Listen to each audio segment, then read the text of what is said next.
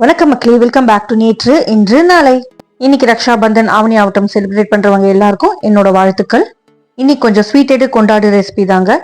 இன்னைக்கு நம்ம பண்ண போறது கோகோனட் சாக்லேட் பார்ஸ்.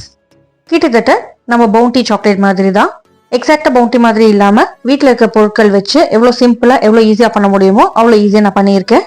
இதை நான் எப்படி பண்ணங்கிறத பாக்குறதுக்கு முன்னாடி நம்ம சேனலுக்கு நீங்க ஃபர்ஸ்ட் டைமா வரீங்கன்னா மறக்காம சப்ஸ்கிரைப் பண்ணுங்க. இந்த பார்ஸ் பண்றதுக்கு ரொம்ப ரொம்ப கம்மியான இன்கிரீடியன்ஸ் தாங்க தேவை. டக்குன்னு ஒரு ஹாஃப் அன் அவர்ல நீங்க ரெடி பண்ணிடலாம். ஆக்சுவலா சொல்ல போனோம்னா கொஞ்சம் அப்படியே தேங்காய் பர்பியை சாக்லேட்டை டிப் பண்ணி சாப்பிட்ற மாதிரி தான் இருக்கும். எனக்கு பார்த்தீங்கன்னா சாக்லேட்ஸ் ரொம்ப பிடிக்கும். ஆனால் கோகோனட் பேஸ்ட் சாக்லேட்ஸ்க்கு நான் அவ்வளோ பெரிய ஃபேன் கிடையாது. பட் ஒரு நாள் நான் பவுண்டி டேஸ்ட் பண்ணும்போது நினைச்சு இதை ட்ரை பண்ணணும்னு எதேச்சியே நான் ஒரு தேங்காய் எடுத்தேங்க. அது கொப்பரையா இருந்தது. ஸோ அப்போதான் எனக்கு தோணித்து இந்த கொப்பரை தேங்காய் வச்சுட்டு இந்த பவுண்டி பார்ஸ் மாதிரி ட்ரை பண்ணலான்னு. கொப்பரை தேங்காய்னா ஒன்றும் இல்லைங்க, உள்ள தண்ணியே இருக்காது, தேங்காய் நல்லா ட்ரையாக இருக்கும். ஆயிலெலாம் பார்த்தீங்கன்னா அப்படியே லேயருக்கு வெளியில் அப்படியே தோஞ்சு இருக்கும். அந்த மாதிரி ஒரு தேங்காய் இருந்தால் யூஸ் பண்ணிக்கோங்க. இல்லை உங்களுக்கு கொப்பரை தேங்காய் இல்லைன்னா கடைகளில் டெசிகேட்டட் கோகோனட்ஸ்னு ரெடிமேடாக கிடைக்கிது இல்லையா, அதை நீங்கள் யூஸ் பண்ணாலுமே இந்த பார் நல்லா வரும். இப்போ வாங்க சாக்லேட் பண்ணுற வேலையை ஆரம்பிச்சிடலாமா? நான் ஒரு குட்டி சைஸ் கொப்பரை தேங்காய் யூஸ் பண்ணியிருக்கேங்க. கொப்பரை தேங்காயை குட்டி குட்டி பீசஸாக முதல்ல கட் பண்ணி எடுத்து வச்சுக்கலாம். சின்ன சின்ன பீசஸாக கட் பண்ணும்போது நமக்கு அரைக்கிறதுக்கு ஈஸியாக இருக்கும். ஒரு 3/4 கப் அளவுக்கு கட் பண்ண கொப்பரை தேங்காய் எனக்கு கிடைச்சதுங்க. மிக்சி ஜாரில் போட்டு பிளெண்ட் பண்ண உடனே 1 கப் கொப்பரை தேங்காய் வந்தது. நல்லா அடைச்ச கப்பில் 1 கப் கொப்பரை தேங்காயை ஹெவி பாட்டம் கடாயில் சேர்த்துக்கோங்க. எண்ணெய் எதுவுமே சேர்க்க வேண்டாங்க. ஜஸ்ட் இந்த தேங்காவை மட்டும் லைட் கோல்டன் கலர் வர வரைக்கும் நம்ம ட்ரை ரோஸ்ட் பண்ணிக்க போகிறோம். தேங்காயில் இருக்கிற எண்ணெயே நம்மளுக்கு போதும், வேற எதுவும் நீங்கள் சேர்க்க வேண்டாம்.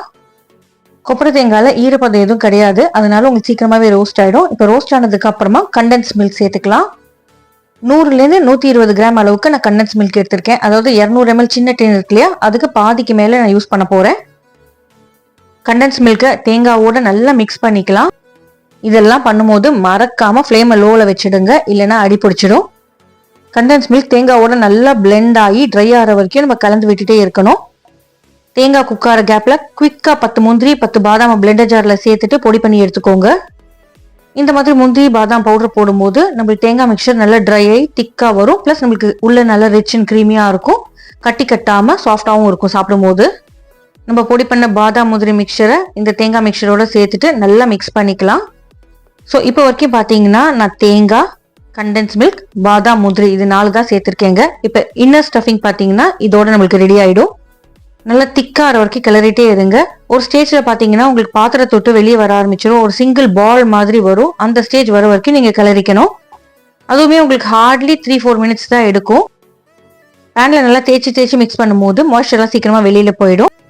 இந்த மாதிரி ஒரே பந்தா உருண்டு வர வரைக்கும் நீங்கள் குக் பண்ணிக்கணும். வந்ததுக்கப்புறம் அடுப்பை ஆஃப் பண்ணிவிட்டு கொஞ்சமாக ஆற விட்டுட்டு ஒரு சின்ன பந்த அளவுக்கு நம்ம பண்ணி வச்சிருக்கிற அந்த தேங்காய் மிக்சரை எடுத்துட்டு பால் பண்ணிக்கலாம். அந்த பால் அப்படியே ஸ்லைட்டாக நீங்கள் ரோல் பண்ணிங்கன்னா சிலிண்டர் மாதிரி ஆகிடும். எட்ஜஸ்லாம் அப்படியே ஷேப் பண்ணி விட்டுருங்க. நீங்கள் சாக்லேட் பார் 5 ஸ்டார்லாம் பார்த்துருக்கீங்க இல்லையா, அந்த ஷேப் மாதிரி நம்ம ஷேப் பண்ணிக்கணும். இந்த மாதிரி எல்லா தேங்காய் மிக்சரையும் எடுத்துட்டு குட்டி குட்டியாக நம்ம ஷேப் பண்ணி ரெடி பண்ணி எடுத்து வச்சுக்கலாம். நீங்கள் நல்லா கிளறினீங்கனாலே உங்களுக்கு ஸ்மூத்தாக வரும். பார் மாதிரி பண்ணதுக்கப்புறம் விரல் வச்சு அப்படியே லைட்டாக ஃப்ளாட்டன் பண்ணி விட்டுருங்க, உங்களுக்கு பார்க்கறதுக்கு அழகாக இருக்கும். ப்ளஸ் நம்ம டிப் பண்ணுற சாக்லேட்டும் நல்லா ஒட்டும். இப்போ இந்த மாதிரி எல்லாத்தையும் ஷேப் பண்ணி ஒரு பிளேட்டில் எடுத்து வச்சுட்டு ஃப்ரீசரில் ஒரு 15 நிமிஷத்துக்கு கொண்டு போய் வச்சுடுங்க. நீங்கள் ஃப்ரீசரில் வச்சு எடுத்தீங்கன்னா உங்களுக்கு ஹேண்டில் பண்ணுறதுக்கு ரொம்ப ஈஸியாக இருக்கும். ஒரு பாரும் ஒட்டாமல் நல்லா ஹார்டாக இருக்கும். சாக்லேட்டில் டிப் பண்ணி எடுக்கிறதுக்கும் ரொம்ப சௌரியமாக இருக்கும், ஷேப் மாறாது. ரெண்டாவது கூலாக இருந்ததுன்னா உங்களுக்கு சாக்லேட் ஒட்டி சாக்லேட் சொலிடிஃபை ஆகி செட் ஆகிறதுக்கு ரொம்ப ஈஸியாக இருக்கும். ஃப்ரீசரில் வச்சு எடுத்தோன்னே பாருங்கள் ஹேண்டில் பண்ணுறதுக்கு எவ்வளோ ஈஸியாக இருக்குது, கையில் கொஞ்சம் கூட ஒட்டவே ஒட்டாது. அடுத்ததான் நம்ம சாக்லேட் மெல்ட் பண்ணிக்க போகிறோம்.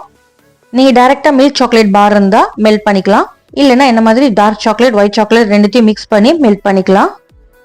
இல்லைன்னா உங்களுக்கு டார்க் சாக்லேட் தான் வேணும்னா வெறும் டார்க் சாக்லேட் மட்டும் மெல்ட் பண்ணிக்கோங்க, அது உங்களோட சாய்ஸ் தான். நான் இன்னைக்கு டபுள் பாய்லர் மெத்தடில் தான் மெல்ட் பண்ண போகிறேன். கீழே ஒரு பவுலில் தண்ணி வச்சுட்டு அதுக்கு மேலே பெரிய பவுலில் சாக்லேட் சேர்த்துட்டு அந்த தண்ணி சுட சுட அதோட ஸ்டீமில் இந்த சாக்லேட் மெல்ட் ஆகி வரும். சாக்லேட்டில் கொஞ்சம் கூட தண்ணியே படக்கூடாது, பட்டுதுன்னா உங்களுக்கு கட்டி கட்டியே திரிஞ்சு போயிடும், மெல்ட் ஆகாது. அதே மாதிரி கீழே இருக்கிற பவுலோட மேலே இருக்கிற பவுல் பெருசாக இருக்கணும், அப்போ தான் உங்களுக்கு வாட்டர் உள்ளே வராமல் இருக்கும். அப்படியே உருக ஒரு விஸ்க் வச்சு கிளறிட்டே இருங்க, அப்போதான் ஈவனாக மெல்ட் ஆகும். கட்டி உருண்டைகள் லம்ஸ் எதுவுமே இருக்காது. எல்லா சாக்லேட் மெல்ட் ஆனதுக்கு அப்புறம் ஒரு 1 மினிட்டுக்கு விஸ்க் வச்சு கிளறிட்டே இருங்க, அப்போதான் உங்களுக்கு க்ரீமியாக இருக்கும் சாக்லேட் லேயர். இப்போ நம்ம சில் பண்ணி வச்சிருக்கிற அந்த கோகோனட் பார்ஸை இந்த மெல்ட் பண்ணியிருக்கிற சாக்லேட்ல போட்டு எல்லா பக்கமும் நல்லா கோட் பண்ணிக்கலாம். எல்லா பக்கமும் ஈவனாக கோட் ஆயிருக்கான்னு செக் பண்ணிக்கோங்க. அதுக்கப்புறமா அதை வெளியே எடுத்துட்டு எக்ஸஸ் சாக்லேட்லாம் அப்படியே ட்ரிப் ஆஃப் ஆனதுக்கு அப்புறமா பட்டர் பேப்பர் மேலே வச்சிடலாம். நீங்கள் நார்மல் பிளேட்டில் எதாவது யூஸ் பண்ணுறீங்கன்னா லைட்டாக எண்ணெய் எதாவது தடவிட்டு அதுக்கப்புறமா வைங்க. பட்டர் பேப்பரில் வச்சிங்கன்னா நீங்கள் ஃப்ரீஸ் பண்ணிட்டு எடுக்கும் போது உங்களுக்கு கொஞ்சம் கூட ஒட்டாது, வெளியே எடுக்கிறதுக்கு ஈஸியாக இருக்கும். நம்ம ஏற்கனவே இந்த பார்ஸ் எல்லாம் ஃப்ரீஸ் பண்ணிருக்கிறதுனால சாக்லேட் சீக்கிரமாக ஒட்டி சொலிடிஃபை ஆகிடும். இந்த மாதிரி எல்லா பார்ஸையும் சாக்லேட்டில் டிப் பண்ணி கோட் பண்ணி எடுத்துட்டு பட்டர் பேப்பரில் வச்சுட்டு ஃப்ரீசரில் ஒரு 10 நிமிஷம் வச்சு எடுத்தா போதும். நம்மளோட சாக்லேட்லாம் சூப்பராக செட் ஆகிடும். 10 நிமிஷம் கழிச்சு ஃப்ரீசர்லேருந்து வெளியே எடுத்துட்டு அந்த எக்ஸ்ட்ராவாக இருக்கிற சாக்லேட்லாம் நம்ம ஷேவ் பண்ணி எடுத்துக்கலாம். பார்க்கறதுக்கு அழகாக இருக்கும். அவ்வளோதாங்க, நம்மளோட யம்மியான கோகோனட் சாக்லேட் பார்ஸ் ரெடி. ஒரு சாக்லேட் 3 இன்க்ரீடியன்ட் இருந்தால் போதுங்க. இந்த பவுண்டி பார்ஸ் மாதிரி சாக்லேட் நம்ம வீட்லேயே ஈஸியாக ரெடி பண்ணிடலாம். இதே நீங்கள் ஃப்ரீசரில் வேணாலும் ஸ்டோர் பண்ணி வச்சுக்கலாம், இல்லைனா ஃப்ரிட்ஜ்லேயும் ஸ்டோர் பண்ணி வச்சுக்கலாம். கடிக்கும் போது பார்த்தீங்கன்னா வெளில சாக்லேட்டியாக கிறிஸ்பியாக இருக்கும், உள்ளே பார்த்தீங்கன்னா அவ்வளோ கோகோனட் ஃப்ளேவர் சாஃப்டாக இருக்கும். உங்கள் வீட்டில் கிட்ஸ் ரொம்பவே இதை என்ஜாய் பண்ணுவாங்க. இந்த ரெசிபி உங்கள் வீட்டில் கண்டிப்பாக ட்ரை பண்ணி பாருங்க. ட்ரை பண்ணி பார்த்துட்டு எப்படி வந்ததுங்கிறத எனக்கு கமெண்ட்ஸை சொல்லுங்கள். நம்ம சேனலுக்கு நீங்கள் ஃபர்ஸ்ட் டைமாக வரீங்கன்னா லைக் பண்ணுங்கள், ஷேர் பண்ணுங்கள், மறக்காமல் சப்ஸ்கிரைப் பண்ணுங்கள். இன்னொரு நல்ல ரெசிபியோட உங்களை நாளைக்கு சந்திக்கிறேன். Until then, take care. Bye bye. Thanks for watching.